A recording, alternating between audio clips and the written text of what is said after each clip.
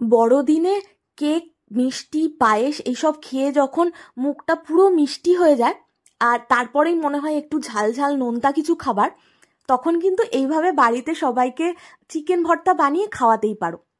এইভাবে যদি বানাও তাহলে কিন্তু রেস্টুরেন্টে গিয়ে আর চিকেন ভর্তা খেতে ইচ্ছা করবে না। তখন মনে হবে বাড়িতেই রান্না করে খাই, শুধু শুধু রেস্টুরেন্টে গিয়ে টাকা কেন নষ্ট করব। রাত্রে এই শীতের সময় ডিনারে রুটির সাথে এরম চিকেন ভর্তা কিন্তু দারুণ জমে যায়।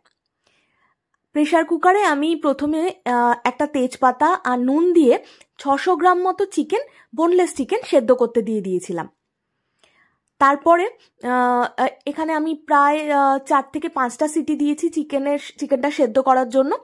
তারপরে অন্যদিকে কড়াইয়ের মধ্যে 2 টেবিল স্পুন সাদা তেল নিয়েছি। তেল গরম হলে তার মধ্যে একে একে পেঁয়াজ কুচি, টমেটো, আদা, রসুন আর কাজু বাদাম দিয়ে দিয়েছিলাম। পেঁয়াজটা আমি এখানে বড় সাইজের একটা পেঁয়াজ কুচি করে দিয়েছিলাম 2টো টমেটো, মাঝারি সাইজের 2টো টমেটো 4 খণ্ড করে, আর দিয়ে দিয়েছি প্রায় 10টা মতো রসুনের কোয়া আর 1.5 ইঞ্চি মতো আদা। এই সব জিনিসগুলোকে ওই তেলের মধ্যে একটু নাড়াচাড়া করে নেব। এটা একটু ঠান্ডা হলে এটার একটা পেস্ট বানাবো, সেই কারণে। আর দিয়েছিলাম প্রায় 10-12টা মতো কাজু বাদাম। পেঁয়াজটা যখন একটু ব্রাউন হয়ে যাবে আর আদা রসুনের কাঁচা গন্ধটা যখন চলে যাবে, তখন এটা বন্ধ করে দিলেই হবে গ্যাসটা। এটাকে ঠান্ডা করার জন্য রেখে দেবো, আর ঠান্ডা হলে এটা একটা পেস্ট বানিয়ে নেব। অন্যদিকে আমার চিকেন যখন সেদ্ধ হয়ে গেছিল, তারপরেও সেটাকে ঠান্ডা করে চিকেনগুলোকে দেখো আমি এইভাবে না একটু হাত দিয়ে শ্রেড করে নিয়েছি, ছিঁড়ে নিয়েছি। আর চিকেনের যে স্টকটা, এটা কিন্তু ফেলবো না, এটা ওই রান্নার কাজেই ব্যবহার করব। এবার আবার কড়াইয়ের মধ্যে আমি 2 কিউব মতো বাটার নিয়েছিলাম। ছোট ছোট যে বাটারের কিউবগুলো পাওয়া যায়, সেই বাটারের কিউবে 2টো কিউব হিসাব মতো। আর বাটার গরম হলে তার মধ্যে দিয়ে দিয়েছিলাম বেশ অনেকটা পরিমাণে কাঁচা লঙ্কা। ঝালটা কিন্তু অবশ্যই তোমরা তোমাদের টেস্ট অনুযায়ী ব্যবহার করো। আর দিয়ে দিয়েছিলাম গোটা গরম মশলা, মানে দারচিনি, লবঙ্গ আর এলাচ। সাথে দিয়েছিলাম 1 টিস্পুন মতো জিরে গুঁড়ো, 1 টিস্পুন ধনে গুঁড়ো আর 1.5 টিস্পুন মতো কাশ্মীরি রেড চিলি পাউডার।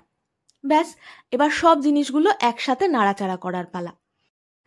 এই মশলাগুলো যখন একটু কষে যাবে, তখন তার মধ্যে আমি দিয়ে দেব ওই পেঁয়াজ, আদা, রসুন, টমেটো আর কাজু বাদামের যে পেস্টটা, সেই পেস্টটা। আর এই টোটাল মশলাটা যখন আমি কষাবো, তখন মাঝে মাঝে আমি যে চিকেনের স্টকটা রেখে দিয়েছিলাম, সেই স্টকটা ব্যবহার করব। সেই স্টকটা দিয়ে মাঝে অল্প অল্প দিয়ে এই মশলাটাকে কষাতে থাকবো। আর এখানে দিয়ে দিয়েছিলাম 2 টিস্পুন মতো হলুদ গুঁড়ো, আর দিয়েছিলাম স্বাদ মতো একটু নুন, ধরুন এই 1 টিস্পুন।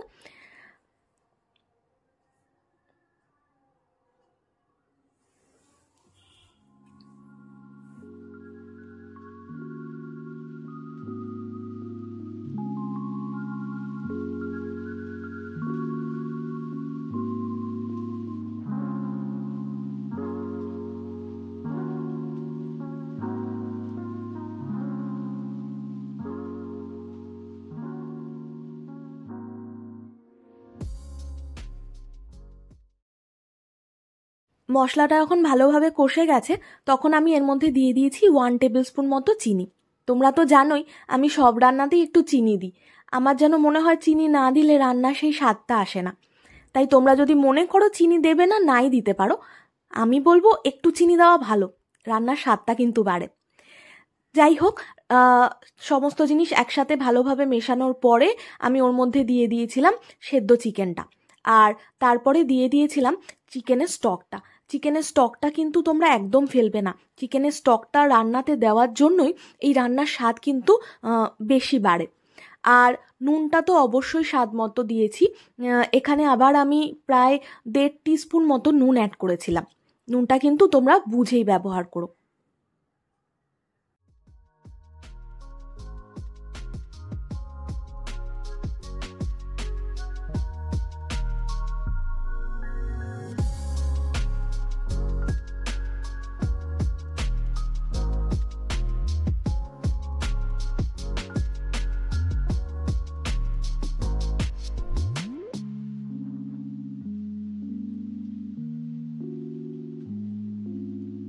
এবারে দিয়ে দিলাম 1.5 টেবিল স্পুন মতো গরম মশলার গুঁড়ো। আর আগেই আমি 2টো ডিম সেদ্ধ করে রেখেছিলাম, মুরগির ডিম। তার মধ্যে একটা ডিমের কুসুম ভালো করে স্ম্যাশ করে নিয়ে আমি এটার মধ্যে মিশিয়ে দিলাম, দিয়ে আবার সমস্ত জিনিস একসাথে কষানোর পালা। কষানো তো হয়েই গেছে, জাস্ট মিশিয়ে নেওয়ার পালা কুসুমের সাথে এই গ্রেভিটা। আর যে সাদা অংশটা ছিল ডিমের, সেটাকেও আমি কুচি কুচি করে দিয়েছিলাম, একদম হাত দিয়েই কুচি করে নিয়েছি, বা তোমরা চাইলে ছুরি দিয়েও করে নিতে পারো। আর দিয়ে দিয়েছিলাম বেশ অনেকটা পরিমাণে ধনেপাতা। ব্যাস, রান্না কিন্তু আমাদের শেষ। নামাবার আগে উপর থেকে ফ্রেশ ক্রিম দিয়ে আবার সব জিনিসগুলো ভালো করে মিশিয়ে নিলেই আমাদের চিকেন ভর্তা কিন্তু একদম রেডি। রাত্রে গরম গরম রুটির সাথে এই চিকেন ভর্তা কিন্তু দারুণ জমে যাবে।